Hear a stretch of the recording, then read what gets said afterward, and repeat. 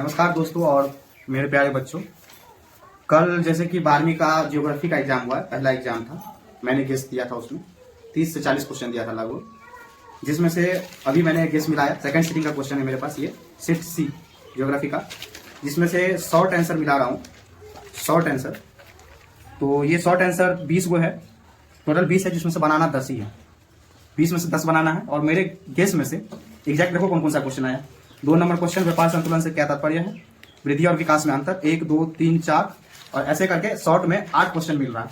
आपको बनाना 10 था और मेरे गेस से 8 आ गया। ठीक है, ये शॉर्ट आंसर का है। उसके बाद लॉन्ग आंसर जो 5 नंबर का होता है, वो टोटल बनाना होता है 3, 15 में से। टोटल 15 क्वेश्चन में से 3 बनाना है और 3 एग्जैक्ट लगातार लॉन्ग आंसर भी मैच कर गया। जिसमें से पहला है रोपण कृषि की विशेषताओं का वर्णन कीजिए। दूसरा है अंतर्राष्ट्रीय व्यापार में सुएज नहर का महत्व का वर्णन करें। और तीसरा है प्रथम क्रियाकलाप का वर्णन करें। ये हमारे द्वारा दिया गया गेस था जिसमें से ये एग्जैक्ट क्वेश्चन मैच किया। जैसे मैं दिखा दूं आपको, ये रहा गेस। जहां पे पहला था ग्रामीण बस्ती के बारे में, ये मैच कर गया। दूसरा यहां से मैच कर रहा है भारत के 9 अयस्क उत्पादक राज्यों के नाम लिखे। तीसरा मैच कर रहा है ये निश्चयवाद और संभववाद, जिसमें से निश्चयवाद नहीं पूछा है, संभववाद पूछा है। संभववाद हो गया। ये मुक्त व्यापार मैच कर गया। उसके बाद भारत के पूर्वी पश्चिमी तट के पत्तनों के नाम मैच कर गया लगातार। उसके बाद यहाँ से प्रवास का जनसंख्या कमी या वृद्धि का कारण, जिसमें से प्रवास और प्रवास वगैरह होता है, ये मैच कर गया एग्जैक्ट। इसके बाद इसमें मैच कर गया अंतर्राष्ट्रीय व्यापार, जिसमें मुक्त व्यापार पूछा गया था, ये मैच कर गया। इसके बाद बस्ती और नगरीकरण, जिसमें ग्रामीण बस्ती के बारे में पूछा गया था, ये मैच कर गया।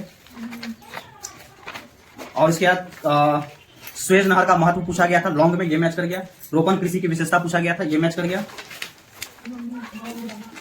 इसके साथ साथ मुक्त आकाश नीति पूछा गया है शॉर्ट में, ये मैच कर गया।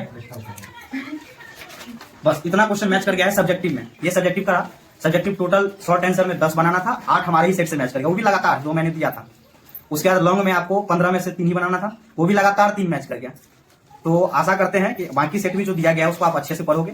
तय है, पहले भी बताया था मैंने, जैसे कि जो मैं गेस दिया हूं उसी में से आना है, कुछ और नहीं आएगा। भरोसा रखिए, अगर आप ये पढ़ लिए तो आपका फर्स्ट डिवीजन क्या अच्छा मार्क्स, 400 प्लस मार्क्स आप ला सकते हैं अगर आप अच्छे से पढ़ लिए हैं गेस तो।